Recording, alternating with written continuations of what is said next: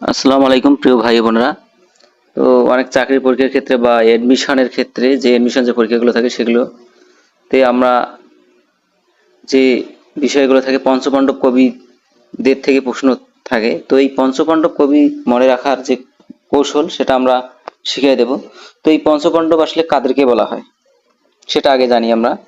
তো যারা রবীন্দ্রনাথ ঠাকুরের প্রভাবে বাইরে গিয়ে আধুনিক কবিতা রচনা করেন তাদেরকে কি পঞ্চপাণ্ডব বলা হয়। অর্থাৎ যারা রবীন্দ্রনাথ ঠাকুর যে যেভাবে কবিতা বা কাজ বা সাহিত্যে যেভাবে যে নিয়মে করেছেন, কিন্তু সেই নিয়মের বাইরে গিয়ে তারা আধুনিক কবিতাগুলো রচনা করেছেন।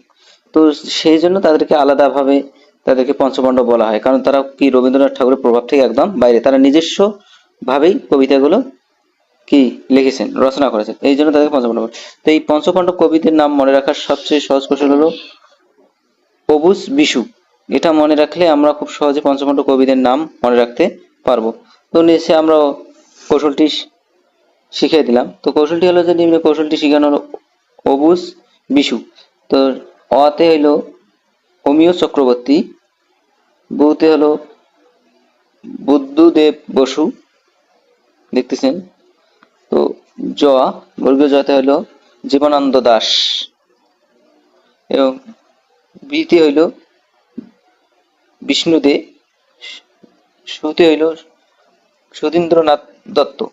তো আমরা অবুঝ বিশু এটা মনে রাখলে আমরা এই কটা কি খুব সহজেই মনে রাখতে পারবো। তো এইভাবে আপনারাও চাইলে মনে রাখতে পারেন। তো সবাইকে ধন্যবাদ।